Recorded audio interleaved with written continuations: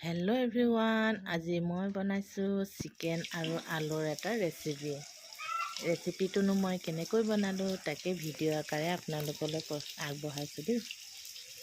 ভাল লাগিলে like comment share কৰি দিব, আৰু যদি মোৰ ইউটিউব চেনেলত চাইছে তেতিয়াহ'লে মোৰ চেনেলটো ছাবস্ক্ৰাইব কৰি দিব।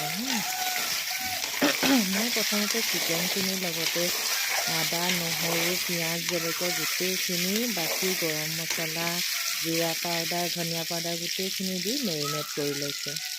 আলু কেইটামান মই কাটি লৈছোঁ, নতুন আলু, সেইখিনি মই অকণমান ভাজি লৈছোঁ, ভাজি উলিয়াই ৰাখিছোঁ।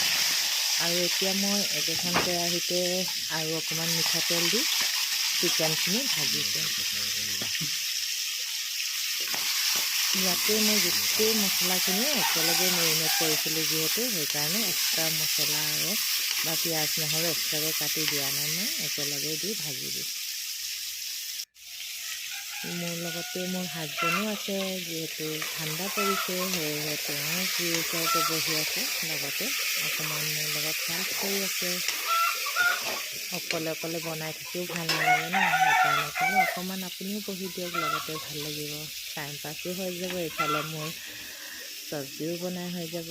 এতিয়া মই ভাজি ৰখা আলুখিনি দি দিছোঁ, ইয়াতে এড কৰি দিছোঁ।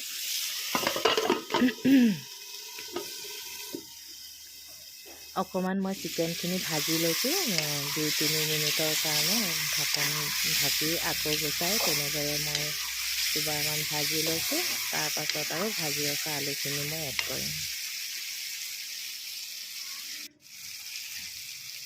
এতিয়া যিহেতু তেল বিৰিঙি আহিছে, এতিয়া মই আলুখিনি দি দিছোঁ।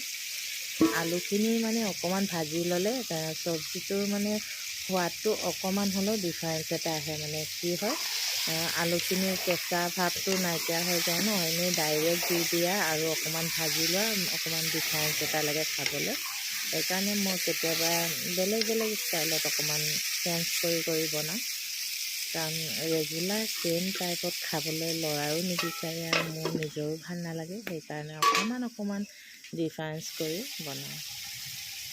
এতিয়া অকণমান সময় ভাজি তাৰপাছতে মই গৰম পানী এড কৰি দিছোঁ। পানী বৰ বেছি দিয়া নাই দেই, কিন্তু মই পানীটো দুবাৰমান দিছোঁ, মানে দুবাৰমান মানে এবাৰ দি শুকাই গ'লে আকৌ এবাৰ অকণমান এড কৰি দিছোঁ।